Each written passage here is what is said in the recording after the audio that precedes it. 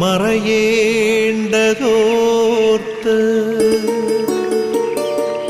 ചന്ദ്രനക്ഷത്രാദികൾ വിതുമ്പുമ്പോൾ മാറ്റമില്ലാതെങ്ങും വിരാജിക്കും ദൈവമേ, അങ്ങയെ വാഴ്ത്തുന്നു ഞങ്ങൾ. ഉദിച്ചെങ്ങും പ്രഭതൂകും പാരിലെ സൂര്യരശ്മിയേക്കാൾ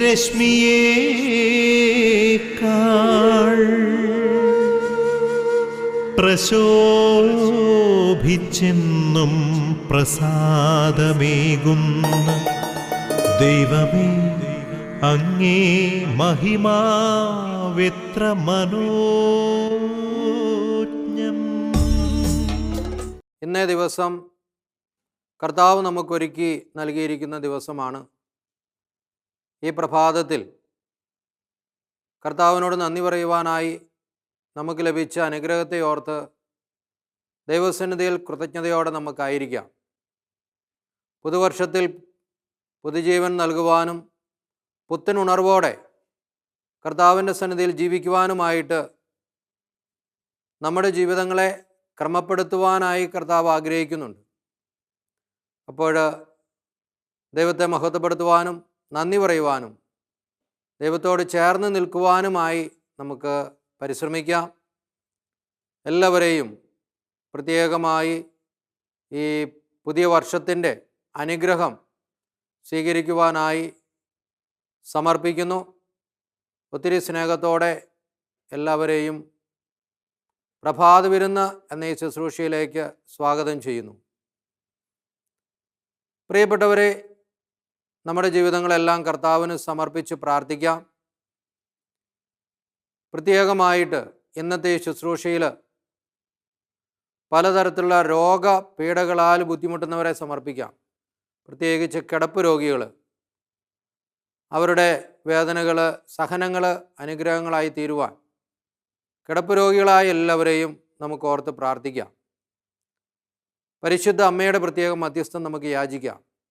ഈ ശുശ്രൂഷയിലൂടെ അനേകരിൽ കർത്താവിൻ്റെ സ്നേഹം നിറയുവാൻ പരിശുദ്ധ അമ്മേ, ഞങ്ങൾക്ക് എല്ലാവർക്കും വേണ്ടി പ്രാർത്ഥിക്കണമേ. നന്മ നിറഞ്ഞ മറിയമേ സ്വസ്തി, കർത്താവ് അങ്ങയോടുകൂടെ സ്ത്രീകളിൽ അങ്ങ് അനുഗ്രഹിക്കപ്പെട്ടവളാകുന്നു. അങ്ങയുടെ ഉദരത്തിൻ ഫലമായി ഈശോ അനുഗ്രഹിക്കപ്പെട്ടവനാകുന്നു. പരിശുദ്ധ മറിയമ്മേ, തമ്പുരാൻ്റെ അമ്മേ, പാപികളായ ഞങ്ങൾക്ക് വേണ്ടി ഇപ്പോഴും ഞങ്ങളുടെ മരണസമയത്തും തമ്പുരാനോട് അപേക്ഷിച്ചു കൊള്ളണമേ. ആമേൻ.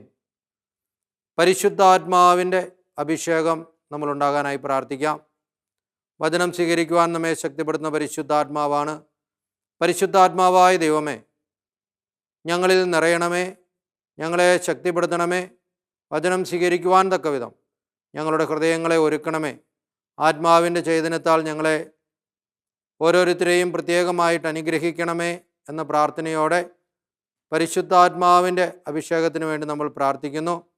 പ്രാർത്ഥനയോടെ നമുക്ക് ഈശോയുടെ വചനം സ്വീകരിക്കുവാനായിട്ട് ഒരുങ്ങാം. പരിമളത്തിനുറവയാം നറുസൗരഭ്യമാകട്ടെ ഞങ്ങളുമീ മണ്ണിൽ.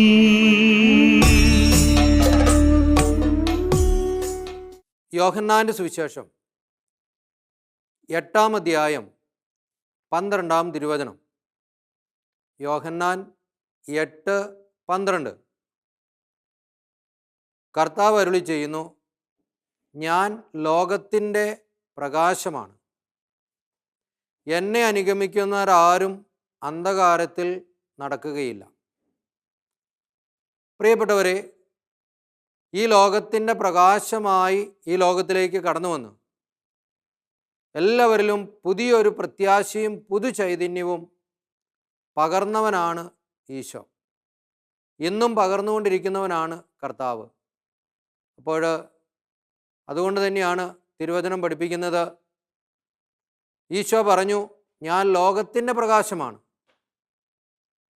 ലോകത്തിൻ്റെ പ്രകാശം എന്ന് പറയുമ്പോൾ ഈ ലോകത്തിലുള്ള സകലത്തെയും ഉദ്ദേശിക്കുന്നുണ്ട്, എല്ലാവരെയും ഉദ്ദേശിക്കുന്നുണ്ട്, എല്ലാ മേഖലകളെയും ഉദ്ദേശിക്കുന്നുണ്ട്. എല്ലാ മേഖലകളിലും വെളിച്ചം പകരുന്നവനാണ് കർത്താവ്. എല്ലാ മേഖലകളെയും അന്ധകാരത്തെ നീക്കിക്കളയുന്നവനാണ് കർത്താവ്. എല്ലാ മേഖലകളിലുമുള്ള എല്ലാ തരത്തിലുമുള്ള തിന്മകളെ അകറ്റിക്കളയുന്നവനാണ് കർത്താവ്. അപ്പോൾ അതുകൊണ്ടാണ് കർത്താവ് പറഞ്ഞ്, ഞാൻ ലോകത്തിൻ്റെ പ്രകാശമാണ് എന്ന്. ലോകത്തിൻ്റെ പ്രകാശമായ കർത്താവ് ഈ ലോകത്തിൽ കടന്നു വന്ന് നമ്മെ ഓരോരുത്തരെയും ശക്തിപ്പെടുത്തുകയാണ്.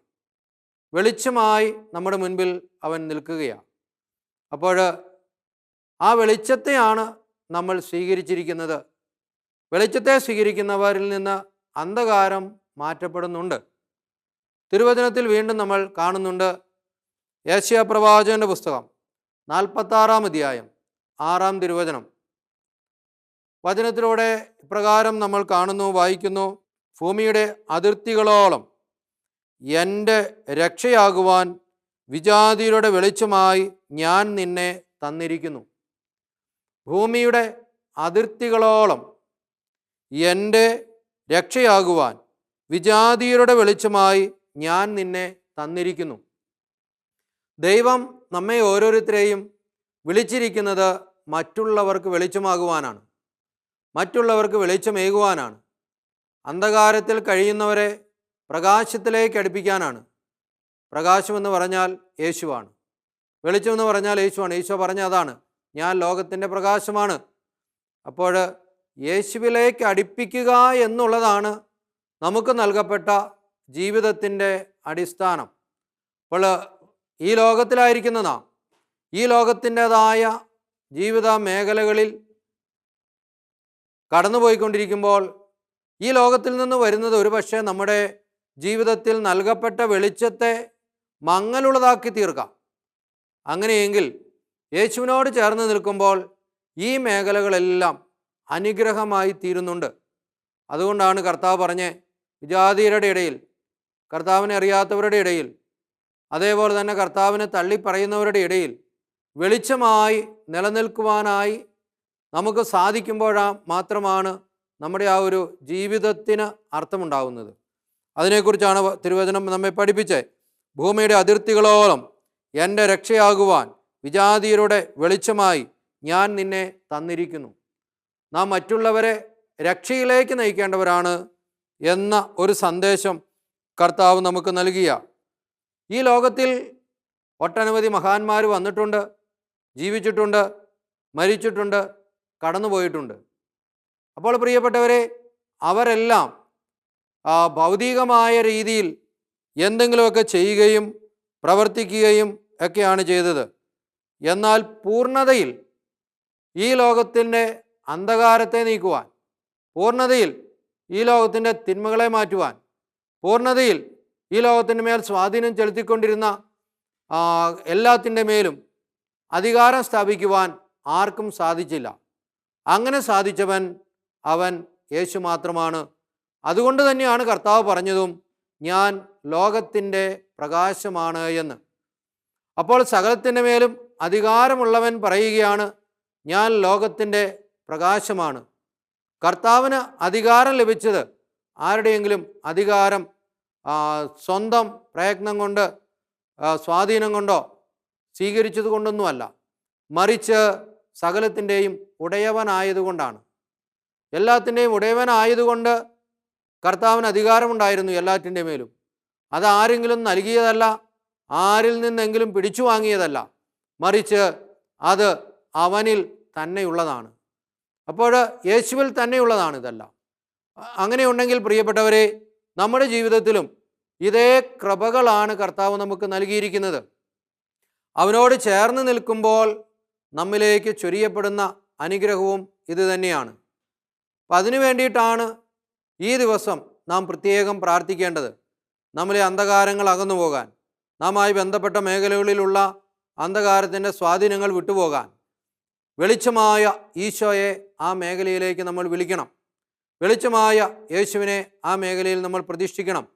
വെളിച്ചമായ യേശുവിനെ ആ ജീവിത സാഹചര്യങ്ങളിലേക്ക് നമ്മൾ കൊണ്ടുപോകണം. അവിടെയാണ് ശരിയായിട്ടുള്ള സന്തോഷം ഉണ്ടാവുന്നേ, സമാധാനം ഉണ്ടാവുന്നേ? നമ്മൾ നോക്കിക്കഴിഞ്ഞാൽ നമുക്ക് മനസ്സിലാക്കാൻ സാധിക്കും.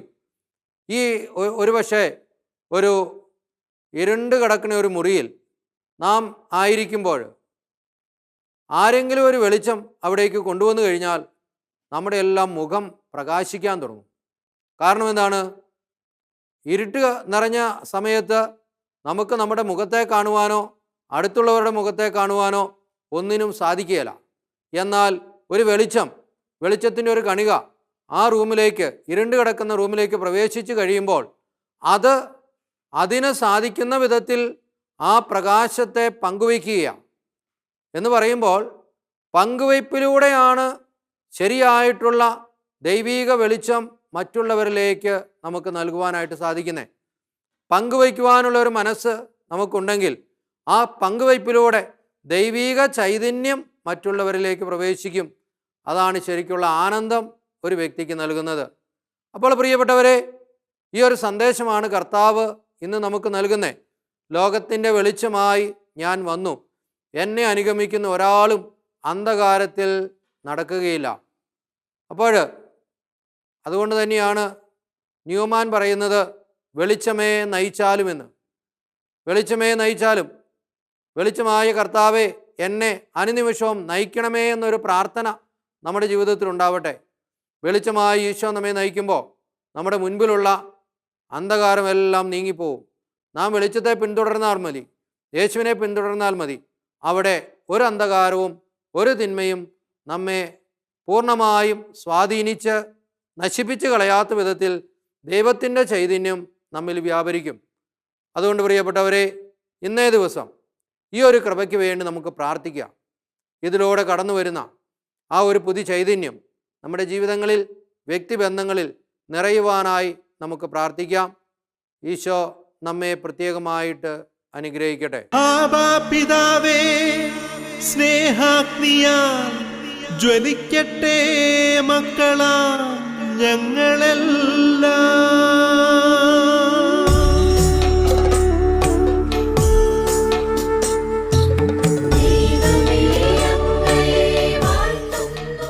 നമുക്ക് പ്രാർത്ഥിക്കാം. കരങ്ങൾ കൂപ്പി കണ്ണുകളടച്ച് ഒരു നിമിഷം നമ്മുടെ ജീവിതങ്ങളെ സമർപ്പിക്കാം. സർവശക്തനായ ദൈവം നമ്മെ എല്ലാവരെയും അനുഗ്രഹിക്കുന്ന സമയം, പ്രത്യേകമായി ഇന്ന് നമ്മൾ സമർപ്പിച്ച നിയോഗമെന്ന് ഓർക്കാം. കിടപ്പ് രോഗികളായിട്ടുള്ള എല്ലാവരെയും ഓർത്ത് സമർപ്പിക്കാം. അവരുടെ രോഗാവസ്ഥയിൽ ആശ്വാസമായി, പുതു ചൈതന്യമായി, പുതിയ വെളിച്ചമായി ഈശോയെ അങ്ങ് കടന്നു വരണമേ, ശക്തിപ്പെടുത്തണമേ, ആശ്വസിപ്പിക്കണമേ എന്ന് പ്രാർത്ഥിക്കാം. അതുപോലെ നമ്മുടെ എല്ലാ ജീവിത മേഖലകളെയും സമർപ്പിക്കാം. ജീവിതാവശ്യങ്ങളുടെ മേൽ കരുണയായിരിക്കണമേ എന്ന് പ്രാർത്ഥിക്കാം. പ്രത്യേകമായി നമ്മുടെ കുടുംബങ്ങളെ ദൈവകരങ്ങളിൽ സമർപ്പിക്കാം. ദൈവിക ചൈതന്യം കുടുംബങ്ങളിൽ ഉണ്ടാകുവാനായി പ്രാർത്ഥിക്കാം. അതുപോലെ തന്നെ പരിശുദ്ധ അമ്മയുടെ പ്രത്യേക മധ്യസ്ഥതയിൽ നമ്മൾ പ്രാർത്ഥിക്കുന്നു. മരിയം കൂടാരങ്ങളിലൊക്കെ ആയിരുന്ന് നമുക്ക് വേണ്ടി മധ്യസ്ഥം വഹിച്ച് പ്രാർത്ഥിക്കുന്നവരോട് ചേർന്ന് ഇന്നേ ദിവസം നമ്മുടെ നിയോഗങ്ങളും സമർപ്പിച്ച് ഒരു ജപമാലയോ കരുണ ജപമാലയോ ഒക്കെ ചൊല്ലി ആത്മീയമായ ആ ഒരു കൂട്ടായ്മയിലേക്ക് നമുക്ക് പ്രവേശിക്കാനായിട്ട് പരിശ്രമിക്കാം. ഡിവൈൻ ധ്യാന കേന്ദ്രത്തെയും ഗുഡ്നസ് ചാനലിനെയും എല്ലാം ഈശോയ്ക്ക് സമർപ്പിക്കാം. വലിയൊരു വചനത്തിന് നിറവും അഭിഷേകവും ഈ ശുശ്രൂഷകളിലൂടെ ചൊരിയപ്പെടുവാനായി പ്രാർത്ഥിക്കാം.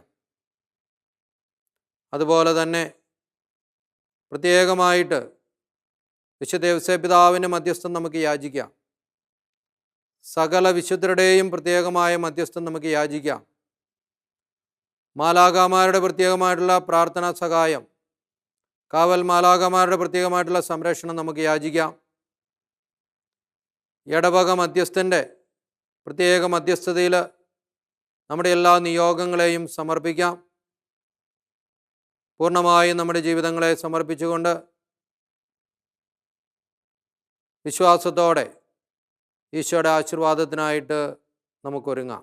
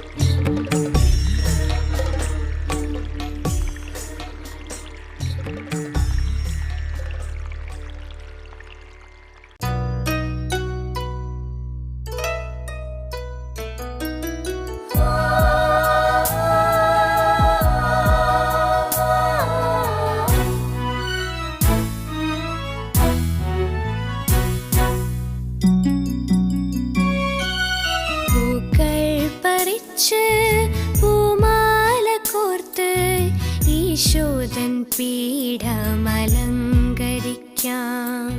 പൂക്കൾ പറിച്ച് പൂമാല കോർത്ത് ഈശോദൻ പീഠമലങ്കരിക്കാം. പൂക്കൾ പറിച്ച് പൂമാല കോർത്ത് ഈശോദൻ പീഠമലങ്കരിക്കാം. പൂക്കൾ പറിച്ച് പൂമാല കോർത്ത് മാതാവിൻ രൂപത്തിൽ ചാർത്താം.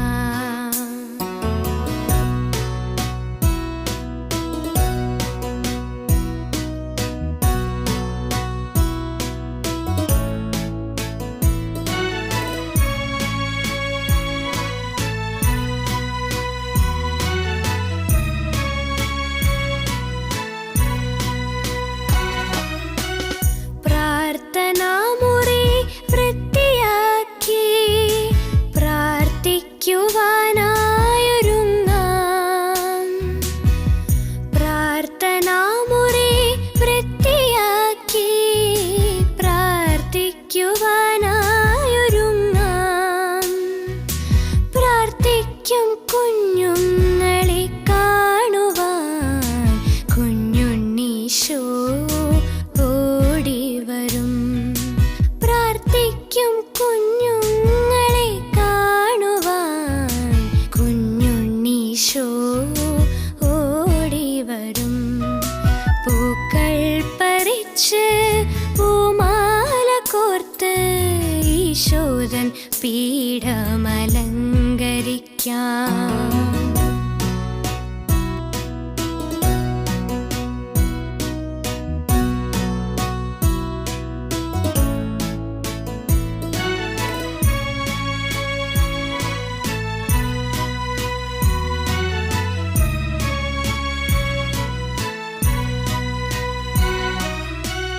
നന്മ ചെയ്തു നാം ജീവിച്ചിടാം.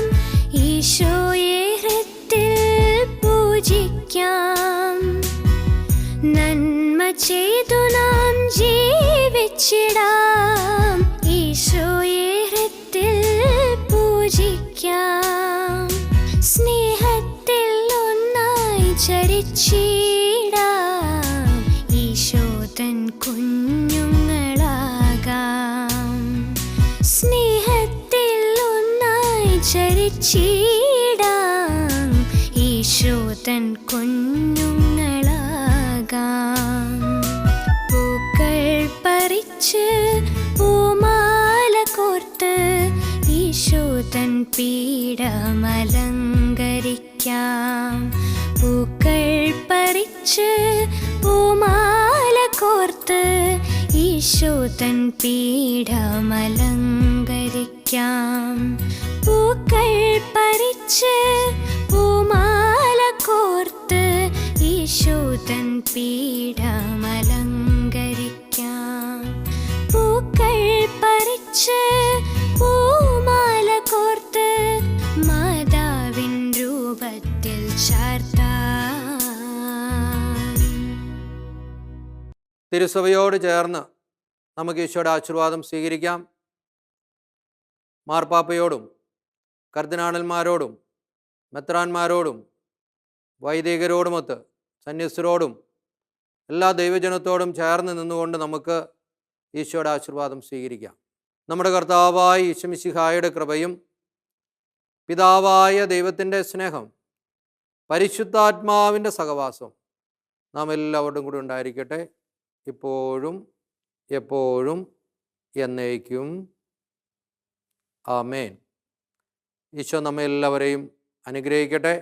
എല്ലാവർക്കും അനുഗ്രഹത്തിൻ്റെ ദിവസം ആശംസിക്കുന്നു.